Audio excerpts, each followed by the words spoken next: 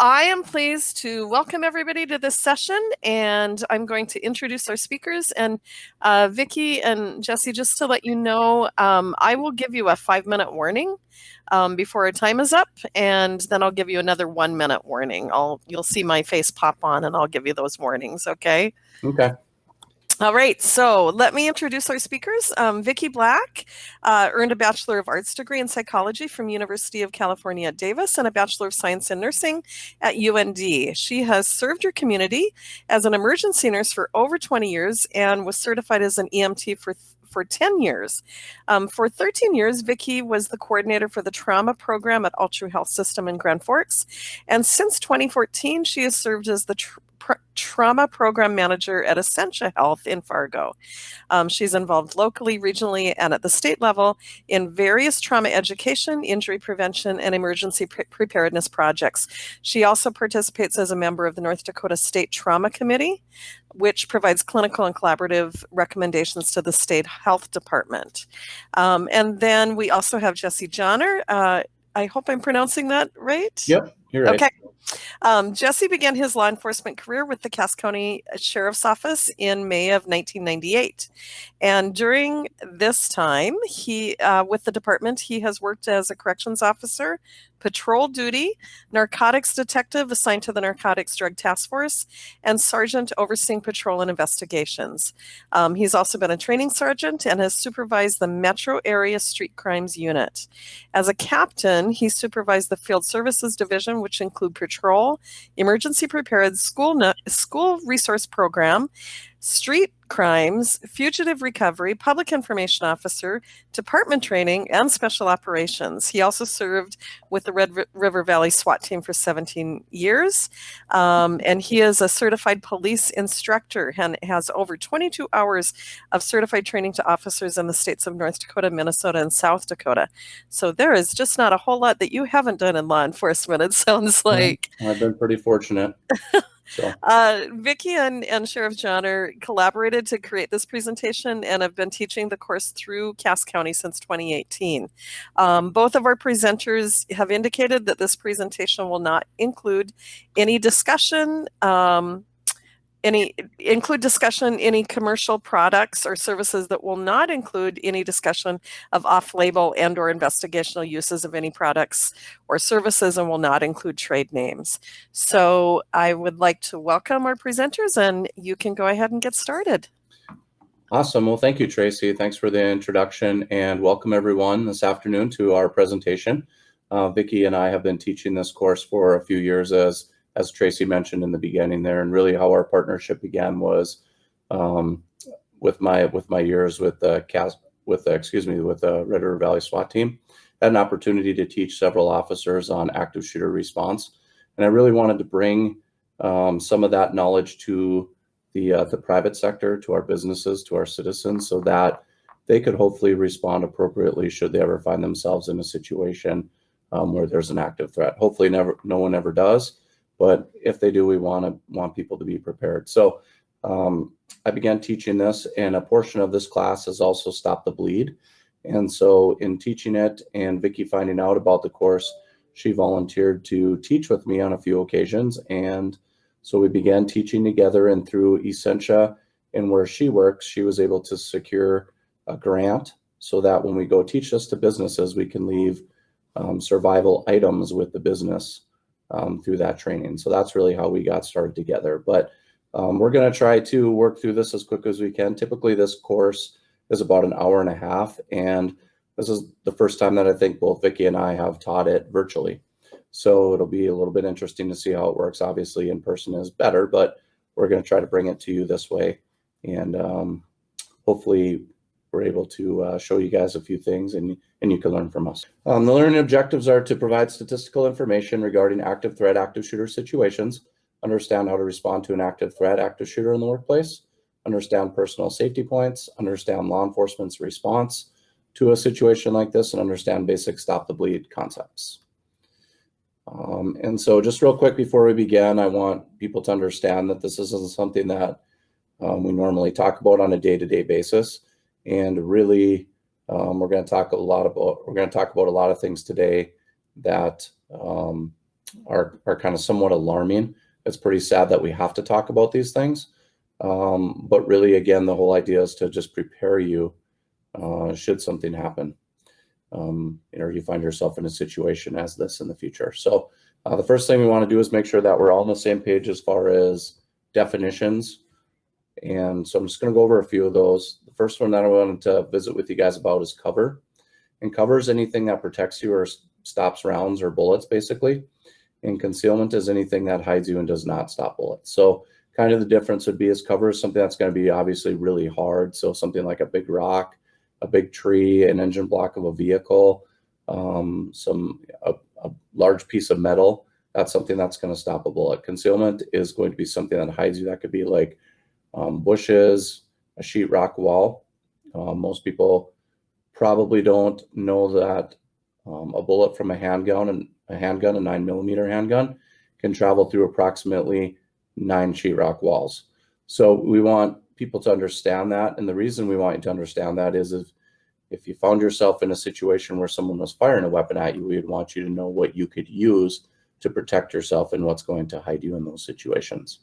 An egress route is a route or direction you use to leave a location. Ingress route is a route or direction you use to arrive at a location. And those definitions are simply on there in case you are the person that ends up calling 911 to report an incident. Dispatchers might ask you what is a safe ingress route to your location. Rally point is a pre-designated area where individuals can go to be accounted for. Reunification point is an area where individuals can reunite with others.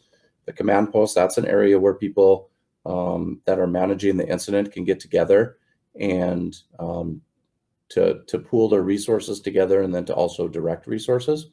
And of course, a medical triage area is pretty self-explanatory.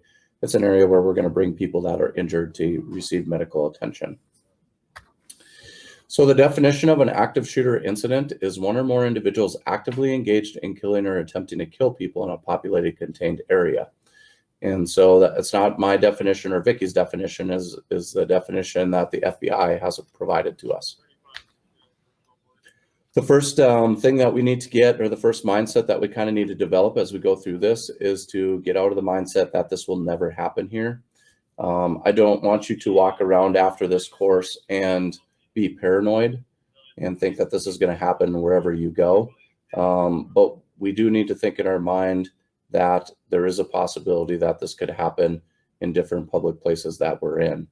And so if we don't really think in that nature, then we're never really going to mentally prepare ourselves to respond appropriately. If we look at the United States here, if you can see that map, and you look at the top ledger on that map, these are areas of the United States where active shooter incidents have occurred. So the red areas are areas that have had an active shooter incident, and the blue areas, I should say, are areas that have not experienced an active shooter situation. And so I'm simply just showing you this to show that in North Dakota, we've been lucky to this point, knock on wood, of course, and we certainly want to keep it that way. But in reality, if we look, there's only a few states left that haven't actually had one of these incidents. And so I'm going to speculate that maybe it's a matter of time until we have something that occurs in North Dakota. Again, hopefully we never do, but there's that possibility, of course. And there has been a question about why would we do this presentation at a rural health symposium? And I would just say that it is definitely a health issue and can affect any of us. I mean, when you think of the little Buffalo clinic in Minnesota there, of course, they were never expecting anything like this, but it could happen just about anywhere. So. And I would add to what Vicky said, and the fact that, and we'll get to this when we get to the statistics, but a majority of incidents, a lot of times people think happen in schools, but oftentimes they're happening in the workplace because of a disgruntled employee, someone maybe who lost their job and wants to come back and injure people at that workplace because they lost their job. Or it could be a domestic violence situation where either the husband or wife comes back to that other individual's place of employment to take revenge on them there. And then on the flip side, you guys are all health workers from what I understand. And so it would be important for you to think in a contingency type nature that if if there were an incident in your community, that there would probably be mass casualties that were brought to your facility that you would need to treat potentially. And so thinking ahead, or kind of making sure that you would be prepared for that type of an incident and be able to prepare a number of individuals that could be brought there. So this just this incident here that you see in front of you is an incident that we had in Fargo, a close call with an individual by the name of Jeffrey Masjo. And he was upset. He was upset at the judge in a court hearing that he was involved in because the judge confiscated his Marine K-bar fighting knife that he had. He had brought that to the courthouse. I know that seems kind of hard to believe that someone would bring a knife to a courthouse or a court hearing, but he had actually brought this knife there. The judge noticed that he had the knife, and so the judge confiscated it from him. He was upset that the judge took the knife from him, and so when he left the courthouse that day, he went home and he retrieved this rifle that you can see with ammunition, and he came back to the courthouse. Fortunately, when he came back to the courthouse was closed for the day, and so he was not able to access the building. And so he decided to sit out in his vehicle across the courthouse, and he was going to wait until the next morning when the courthouse opened, and he was going to go back in and get his knife back from the judge. And if you look at the slide, there's a couple statements that he had made to police when they came into contact with him. So basically what happened is we had two officers who were driving around Fargo. They noticed this vehicle sitting in the parking lot, and they thought it looked suspicious. So they stopped to check on it, and they came across Jeff in his vehicle. And when they confronted him, he simply told police that he planned to shoot deputies if they drew their guns when he went inside the courthouse. And then if you see the other quote from him, he says, "I'm here to see the judge, and I'll shoot the place up and kill anyone who gets in my way." And so I'm simply just presenting this to you guys to just show you how close we came in Cass County to having an active shooter in the courthouse, and kind of letting you know the mentality, that some people may have, and what kind of the extent that they'll go to get revenge, or in this case, just get his knife back.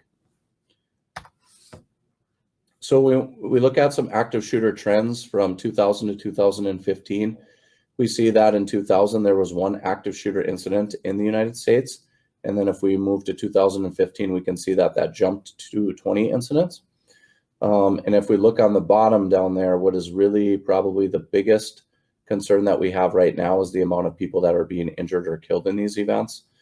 Because again, if you look in 2000, there were 7 people killed in that incident. But if you go to 2014 through 2015, you can see that 92 people were killed and 134 people were wounded. So that number is drastically increasing. And this is just another example of that, or another graph showing that, where you have your active shooter incidents across the bottom, and then you have on top the amount of people that are injured or killed. And then this graph real quickly just shows way on the left there, you can see that 52 incidents from 1982 to 2018, and 52 of those incidents were related to mental health issues, which most of you could probably understand. If someone's going to go to a place and injure a lot of people or try to hurt a lot of people, more than likely they probably have mental health issues. Again, just another quick graph just kind of showing you the amount of incidents in the United States from 2000 to 2018. And you can see how they're just gradually rising over the years. Okay. And then that statistic that I showed earlier, where we had the amount of casualties that are rising each year, and that's gradually getting more and more. Okay, and then if we look, a lot of times, again, and I kind of referenced this earlier, if I were to ask anyone, and I was there in person visiting with you guys, and I had asked you, where do you think that most of these incidents would occur, you would probably have said in the school setting. Oftentimes when we teach this, that's a majority of the answer that we get back, is that most people think that these types of incidents occur in a school.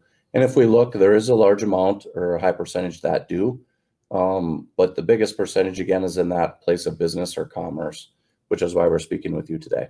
Can I just add also, during the lockdown for coronavirus, there was a couple of incidents at hospitals. And in one particular incident, the shooter was a patient who managed to injure the physician that was caring for him, along with another staff member that tried to restrain the patient after he started shooting. So it happens. All right, so on this one, I just really want you to take away a couple things from it. I'm just going to jump ahead one slide here to kind of speed up the process. But one thing I want you to key in on is most of these incidents happen really quickly. You know, they don't go on for hours typically. They're usually over within 5 minutes or less if you look at that bullet point second to the bottom there. And that's really why we're here today, is I want to give you, and we're going to get to this in just a little bit, I want to give you guys some ideas on how you can protect yourself if you have an active shooter incident that you're involved in. That's really the whole goal of this. And so, you know, in most incidents, again, they're over within 5 minutes or less, which typically means that law enforcement is not going to get there right away to control the incident or to contain it or eliminate the threat that's involved with it. You guys are going to have to think of ways that you can react and respond to protect yourself until law enforcement can get there and address the threat. Okay, so this slide is kind of pertinent to our area here in Cass County, but probably very similar to the areas that you live in, the fact that most of you probably do not have a full-time SWAT team. And so a lot of times people think that SWAT's going to arrive there and take care of the situation. That's not typically what occurs, just because most places don't have a full-time SWAT team, and those SWAT members have to be paged out, go to the SWAT building, get their equipment, come back to the scene, and typically that takes usually around 45 minutes to an hour based on where you potentially live. And so in our area here in Cass, we've trained all of our patrol responding officers active shooter tactics so that they do not need to wait for SWAT to get there. That immediately, once they get on scene, they can go in and address the threat and try to contain it so people aren't further injured. And so a couple things with that I'll go on to here on the next slide. But before we do that, I just want everyone probably understands this. In an incident like this, you know, ambulances or whoever arrives on scene, that's medical personnel, is they're probably not going to go into that hot zone to treat anyone.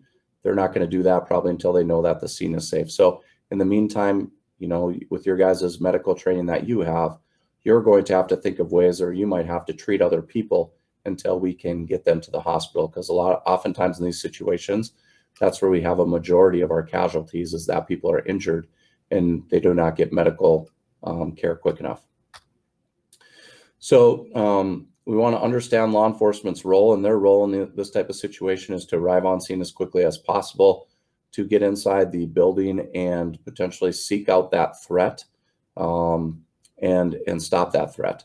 So they're going to be bypassing people that are injured. They're not going to be able to stop and help them medically, and so that's why you guys are going to have to help each other until that threat is contained. And then at that point, of course, we can start getting medical personnel in. A couple things. One thing we're going to talk about here going forward is that you'll have an option to evacuate the building. That's going to be one of your response options. And so I just simply want to remind you that if you decide to evacuate a building where there is an active threat, that you should, number one, maybe this could be some information that the officers ask you as you're evacuating. What would be the last known location of where the person was at? What are they wearing? How many are there? What kind of weapon do they have? And a description of the person and a direction of travel. If you can get or obtain that type of information and pass that along to law enforcement as they're responding, that will be excellent information for them to know to try to address that threat quicker if they can. Also, if you decide to run out of the building, you know, don't run up to the officers and grab them, because again, they're not going to know who that person is that was the threat inside. And so I don't want them to mistake anyone trying to exit the building who's not the suspect to be engaged by law enforcement. So make sure that you keep your hands fully visible and you don't have anything in your hands as you exit the building, so they don't mistake it for a weapon. Okay, at this point, I'm going to turn it over to Vicky. So I just want to point out that this is not an official Stop the Bleed class. That's a little bit of a longer course. What I did is I took the main concepts of Stop the Bleed, kind of pulled them down to their most important concepts, and that's kind of what I'm going over right now. I want you to think of this as something that you could do within the first 5-10 minutes of right after an active shooter event. Hopefully it never happens, but if it does, we want you to be able to take care of yourself and the people around you. And, you know, like just Sheriff Jahner had said, the EMS personnel aren't going to come in right away to help anybody. So you kind of need to help each other. So most people are going to panic initially. Most people aren't used to the sight of a lot of blood. There's going to be some strange sounds, people crying. There's going to be strange smells from gunpowder and a lot of blood. So the most important thing to do is to stay calm. If you can get out, you should absolutely move to a safe place. If you're able to take other people with you that are injured, then please do so. But you really should get out if you can. For healthcare workers, I know that's a little difficult, right? And we are taught not to leave our patients, but with any of these types of programs, they're going to teach you to get out. So the number one thing you have to do in order to address any life-threatening bleeding is first to look for the source of the bleeding. So you will have to potentially cut off clothes, pull shirts off, pull pants off, whatever you need to do to figure out exactly where the injury is. Remember, there might be 2 or more sites that are injured. So you do have to take those clothes off so that you can address the injury appropriately. The first thing, and it's almost a reflex for all of us, really is to compress the wound. That is something that we teach in all these classes to civilians as well. Once you identify where the wound is, push on it if you can. 2 hands if possible. If need be, adjust your grip, use your thumbs, use the fleshy part of your thumb at the base of your thumb here to kind of use in some deeper wounds. Just remember to push as hard as you can and make it firm and continuous. No peeking underneath the bandages that you might be using. There are a few difficult areas. Those are going to be in the groin, in the axilla, and in the neck. Obviously, there's a lot of structures in the neck, including the airway that you don't want to occlude. So you're just going to have to use appropriate care if you're addressing a wound in the neck. Packing is also a potential for some of these areas. We'll talk about that here real quick. Remember, the goal is to apply pressure internally. So when we've all probably done wound packing as healthcare providers. So just pack that wound as tight as you can and then apply pressure again over the top as well. And you can see in this little picture here, remember the goal is just to get pressure on that wound site from inside. Nowadays, if pressure and packing are not working, they're recommending transition to a tourniquet fairly quickly if one is available to you. You can see from that top left picture there, it's become so widely used that they actually embed them in law enforcement uniforms. And I'm going to guess Sheriff Jahner probably has a tourniquet either in a pocket or on his belt as well. They're just extremely widely used and highly recommended if you cannot get the wound under or the bleeding under control with pressure and packing. So if you want to save a life, definitely you can move to the tourniquet application. It's okay to place it over clothing, although we did tell you a second ago to take off clothes so that you could properly identify where the wound was. Place 2 to 3 inches above the wound. Don't go over a joint. And the only reason you don't want to do that is because the tourniquet may shift if you move once that is placed. So tighten until the bleeding stops. I'm going to guess you've all done this in training of some sort. So they should not have a pulse, and they will complain that it is very painful, right? Once it's in place, leave it there. Do not loosen it and do not remove it. Blood will make things slippery. So if there is a lot of blood coming from that wound and you're trying to place that tourniquet on, it could slide around. So just make sure you have a good grip and you're holding it in place as you tighten it around the arm. They will hurt, and the patient is not going to be very happy with you. I think this is you. All right. Thanks, Vicky. So now what we're going to do is we're going to go over specific things that you can do to avoid becoming a victim in any of these types of situations. Again, the whole goal of this is to just give you ideas on how you could potentially survive until law enforcement gets there to help you out. So the first thing we want to talk about is a standard lockdown. And some of you may know what that is or have heard of it before, but what a standard lockdown is, if we think about it in a school setting, is that if there's an active threat that comes into a school, the past way to respond, or what we did in the past, was the teacher would get up, she would go lock her door to the classroom, maybe shut the curtains there, and then she would get all the students into one corner of the room.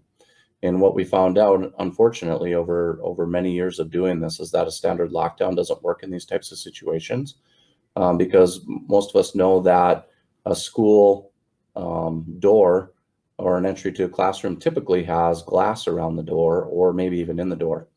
And so now if the door is locked and the suspect is able to break that glass with the weapon that they have, they can reach in, they can unlock that door, and then once they get into the classroom, they can find the children all in one area, or, in this case, when we're talking about employees in one area, if we were doing this in a business setting. And then the active threat or the suspect can get or injure a large amount of people in a short amount of time because everyone's in the same location. And so we really want to avoid the standard lockdown. It does not work. And so what we want to talk to you about today is options-based lockdown principles. This is what we're going to go over. And so we want to get away from that lockdown thought process. The three natural tendencies for anyone to do in a stressful situation is fight, flight, or freeze. You've probably heard those terms before. Most people will freeze in a stressful situation because they do not know how to respond. And so anytime that you don't have the appropriate training, you don't know how to respond, you're confronted with a stressful situation, most people's reactions are just to freeze. And in these types of situations, we can't freeze, because if you freeze, you're probably going to get hurt. Okay. And what I often like to say is doing something is better than doing nothing, because if you do nothing, you'll find yourself in a bad situation. So we're going to talk about three options that you could have in a situation like this. We're going to talk about evacuating, barricading, and taking back control. Those are going to be your three responses. Okay. What these principles work off of is that they're going to give you the ability to make individualized decisions based on the information that you know at the time. Actionable intelligence is what we call it. So things that are going on around you at the time, you're going to process that information, take it in, and then hopefully by learning these three responses, you'll be able to pick what works best for you in the situation you're in. So the first one that we talk about, real quick before I jump into these, is I want to mention a couple other different response techniques that you may have heard about before. There's one called run, hide, fight, and there's one called get out, hide out, take out, and then ALICE. ALICE stands for alert, lockdown, inform, counter, evacuate. The reason that I'm bringing all of those up real quick is I don't want you to get confused as we go through this. They all work on the same principles. So if you've heard of run, hide, fight before, if someone's taught you to do that, that's really no different than what we're teaching you today, because we're teaching you evacuate, which would relate to run, okay, and then hide. In this instance, we're talking about barricading, and then fight for run, hide, fight. In this instance, we're talking about taking back control. So I don't want you to, if you've gone to those before, go, well, now I'm learning a different thing. They're all really the same. So the first thing that we want to teach you is that evacuating is going to be your best option. If you can evacuate and get away from the threat, you should do that. But there's some things that we need to know in order to evacuate safely. Number one, we're going to need to know where the shooter is, okay? And then number two, we're going to need to know where, if we're in our business setting, we're going to need to know where all the doors in that business setting go to, which ones go outside, which ones go to other rooms, which doors are typically locked. And I guess the main reason with needing to know where the shooter is more than likely, if that shooter is moving around inside your building, they're going to be using the hallway or stairway to get places, and which is going to be the same thing that you're going to try to use to evacuate. So if we don't know where that shooter is, we certainly don't want to try to evacuate and run into that person, because that would be bad. In addition, if you are able to make it outside the building and you're running away from the building and the suspect tries to engage you at that point, it's always a good option for you to run in more of like a zigzag pattern instead of running straight away. Keep in mind that anytime that you're moving, you're a harder target than if you're standing still. So anytime that you can move, that's a good thing. We also talk about evacuating out of a building through a window, and that's another potential option. So if you decide to go into a room and barricade in a room, and then break out the window and evacuate that way, that's certainly an option that you could do. Please keep in mind that if you break a window, we always want to hit it towards the outside, not towards the center. If we hit it towards the center, glass has a little bit of flex to it and the window might not break. So we want to hit it towards the outside and more importantly towards the top. That way when the glass breaks out, it falls down and it falls out of the window pane. So that way if you are evacuating out the window, that glass isn't going to fall on top of you and injure you or cut you as you're going through the window. Okay. And if you are not able to get all the jagged pieces of glass out there, look for something that's in close proximity to lay over that window sill so that when you're going through there, you don't cut yourself. You know, I think of going through a window and potentially cutting your femoral artery, at which point you could bleed out very quickly, as all of you know, based on your training. And so there could be a time where someone could go through a window, they could cut themselves in that particular area, not know that they're cut right away because they have adrenaline going, and then, you know, could lose a substantial amount of blood. And so we want to make sure that we watch for those things if we're going to evacuate through a window. So this is the layout of Columbine Library. And most of you have heard of Columbine and the active shooter incident that occurred at the Columbine High School. One thing to keep in mind is that in this particular incident, there was 2 shooters. We do know that the teacher that was in the library, which is where most of the children who were injured or killed in this incident were located. And we know that there was a teacher in there with them. We know that when she heard something out in the hallway, she went and looked down the hall and she saw that there were 2 shooters. So she knew where the shooters were at. And we know this simply because if you YouTube this, you can actually listen to her 911 call to dispatch. And so that's how we've been able to obtain all this information to work through this scenario. So she went out and she looked in the hallway and she saw that there were 2 shooters. She came back into the library and she told everyone in the library to lock down. All the students did as they were trained, because keep in mind that this incident happened in 1999, 1998, 1999 area. And that's when most schools at that time were teaching the standard lockdown that we talked about before. That doesn't work very well. And so actually in this incident, the teacher reacted how she was trained, and she told everyone to lock down. That in turn triggered all the students to hide under tables and chairs in the library. We all know from when I first started and went over definitions that a table or chair is typically made out of plastic or wood. It's not something really hard. And so in that type of a situation, it's concealment and not cover. And so someone simply hiding under a table and someone firing a gun through the table, that's not going to stop the bullet and it's still going to injure that person. So a lot of the kids hid under tables and chairs, but if we look at the layout of the library, we can see these arrow patterns here. And all of them go up to the door that's on the top end of the slide there. And I'm just let you know that that top door that's being pointed to right now, that door actually goes outside. And so if the librarian in this instance would have told the children to evacuate, I believe that most of these children would have been able to get out of the library and not have been hurt. Now, again, they responded how they were trained at the time, and that's why we're teaching you these new response methods right now. And so when we think about that, it's really sad, that most of these children had to, that they were injured or killed when they more than likely could have got out had they been trained in the same tactics that we're teaching you today. Okay, our next option, if you can evacuate, in other words, we don't know where the shooter is, or maybe the shooter is in close proximity, our next option is going to be barricade. And when I say barricade, I don't mean just go up and lock the door. I mean that you're going to try to put whatever you can in front of that door so no one can get in there. Okay, whether that means that you push the items up against the door, desks, filing cabinets, things like that. If you look at the door and you look how the door operates, is it an inward opening door? Is it an outward opening door? And if so, how does that door open? Is there an articulable arm at the top that you can somehow fortify so the door doesn't open? So we're going to look at a few of those things. So typically in this picture that you see there, I give you put up a picture of a door that is commonly used in a bigger type of gym setting or something of that nature. And if we look at it and we look how the door operates, we can see that from where we are, this is an outward opening door to us. if the suspect's on the outside, they're going to have to pull it out. If we're going through the door, it's going to be inward for us.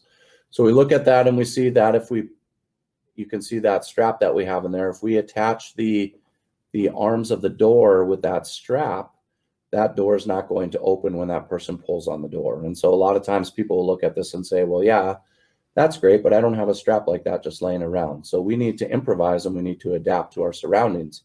So in the areas that you typically work in, I would ask you to simply think about what items could you use to tie around a door handle like that to make sure that the door doesn't open. And things that I think of that would probably be readily available to you might be like an extension cord or a computer cord or something of that nature, something that you could tie around to prevent that from opening.